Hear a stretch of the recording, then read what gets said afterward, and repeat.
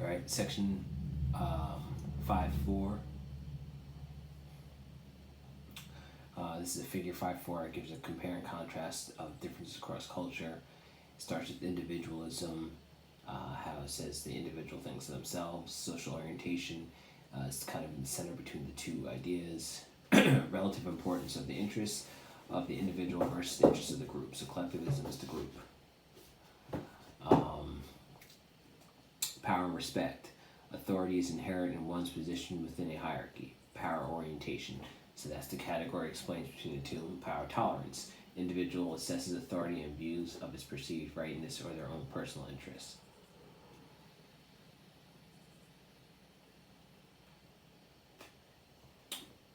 Uncertainty and acceptance. Positive response to change and new opportunities. Uncertainty orientation. An emotional response to uncertainty and change. Uncertainty avoidance. Prefers structure and consistent routine. The next category is aggressive goal behavior. Value material, possessions, money, and assertiveness. Goal orientation. What motivates people to achieve different goals. And then the contrast would be passive goal behavior. Value social relationships, quality of life, and the welfare of others.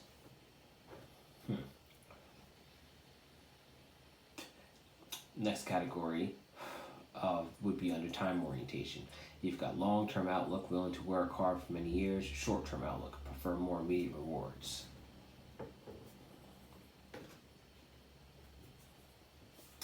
So, if this explains figure 5.4, it states that individual differences across cultures.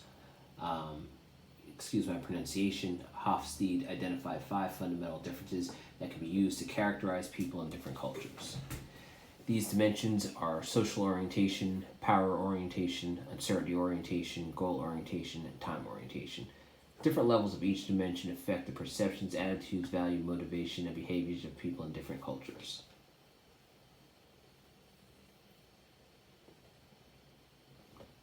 First discussion question number 3. Identify the orientation of the United States in terms of social, power, uncertainty, goal, and time orientation. What are the key characteristics that lead you to believe that these orientations espoused in the United States? How does this compare to the orientation of China? I would say Westerners are, in general, are very individualistic, individual goals. The East and China have more of a group thinking mentality, and kind of like what's good for the whole, versus our more individualistic, capitalist, dog-eat-dog society.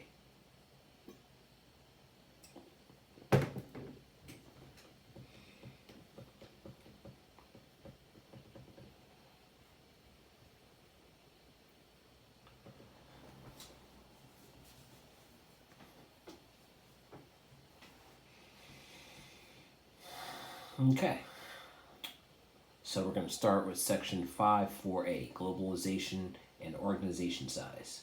So multinational corporations, MNCs, we mentioned them in the prior video. They adopt a global perspective and compete in the global marketplace. Medium-sized organizations remain primarily domestic, but may buy and sell products made abroad and may face foreign competition in their own domestic market. Going to try and sit a little bit better. Hopefully I'm clear in this. Small organization. Participate as local suppliers to MCCSs, and some perform simple importing exporting.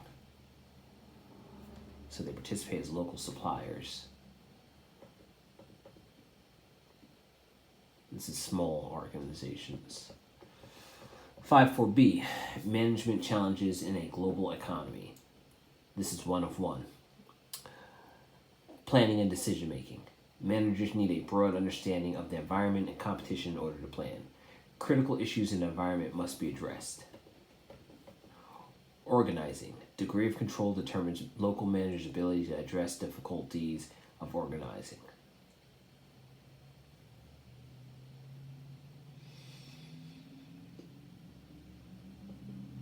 You must address basic issues such as organization, structure, and design, managing change, dealing with human resources. Moving on to section 5.4b. Management challenges in a global economy. 2.2. Leading. Managers must understand how cultural factors affect individuals' motivation, the role of leadership, communication, and interpersonal and group processes. Controlling. Basic issues revolve around operations management, productivity, quality, technology, and information systems.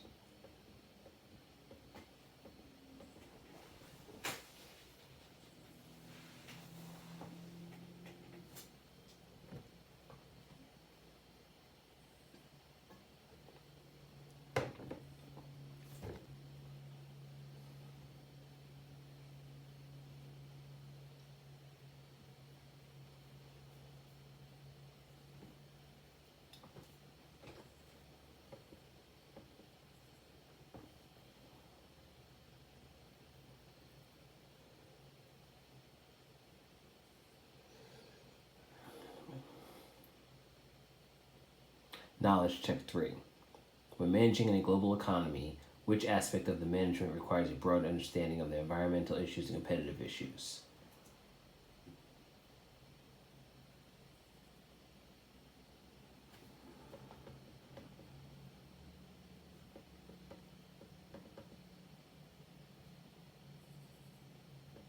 Take a few seconds, think about it.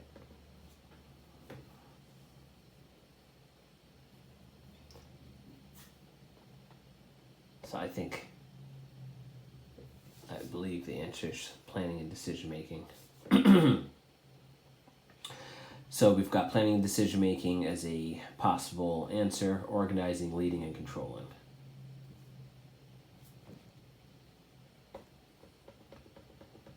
Planning and decision making is correct. When managing in a global economy, which aspect of management requires a broad understanding of the environmental issues and competitive issues? Planning and decision making. To effectively plan and make decisions in a global economy, managers must have a broad-based understanding of both environmental issues and competitive issues. They need to understand local market conditions and technological factors that will affect their operations. At the corporate level, executives need a great deal of information to function effectively. Summary 1 of 2. Now that the lesson has ended, you will have learned how to describe the nature of international business, including its meaning, recent trends, management of globalization, and competition in the global market. Discuss the structure of the global economy, the GATT, and the World Trade Organization. Summary 2 of 2. Now that the lesson has ended, you will have learned how to discuss the environmental changes inherent in international management. Describe the basic issues involved in competing in a global economy, including organizational size and the management challenges in the global economy.